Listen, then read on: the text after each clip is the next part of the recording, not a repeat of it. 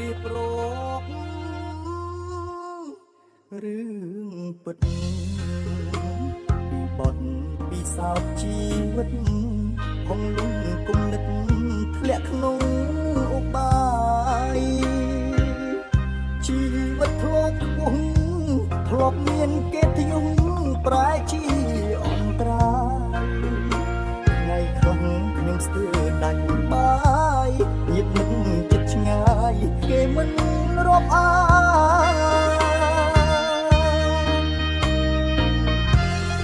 នខ្ញុំទើបដឹងច្បាស់សំឡងខ្លួនឯងខ្លាំងណាស់ធ្វើរឿងផ្ដេសផ្ដាស់មិនស្ដាប់គេហាពីមុនដូចបិចឥឡូវតម្លៃធ្លាក់ស្ទើរសម្រាមអ្នកខ្លាំងដៀលខ្ញុំរហាមឌឺដងឌៀងដាមលេងសើចខ្ញុំបើសិនមានឱកាសជាលើកទីពីរ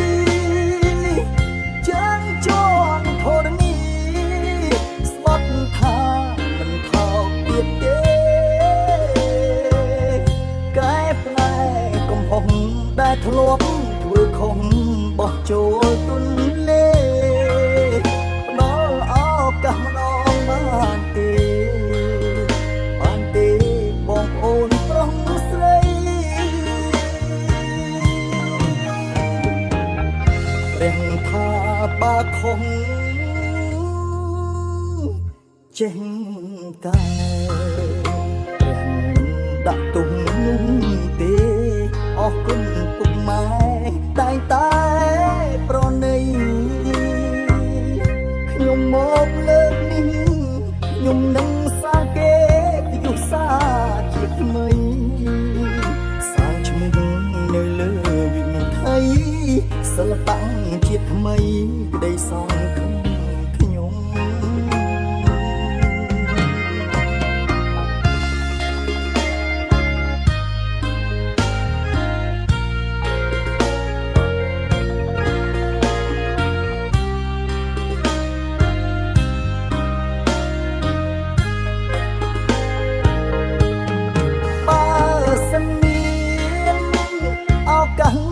ជាលើកទីពីរចាងជន់ធរនីស្បត់ថាមិនថោកទៀតទេកែប្រែកំហុសដែលធ្លាប់ធ្វើខុសបោះចូលទុនលេផ្ដល់ឱកាសម្ដងបានទេបងប្អូនប្រុសស្រីព្រះថាបើខុសចេះ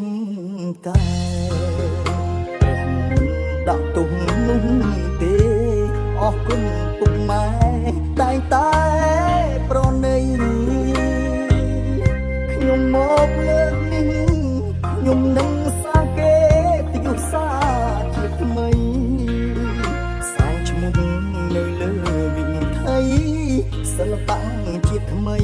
ក្តីសង្ឃឹមខ្ញុំ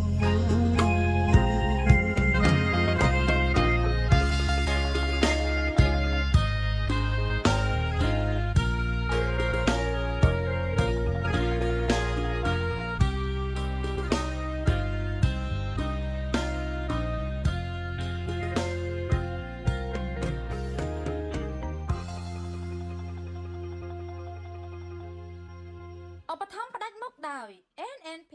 រូបមន្តនៃសម្រស់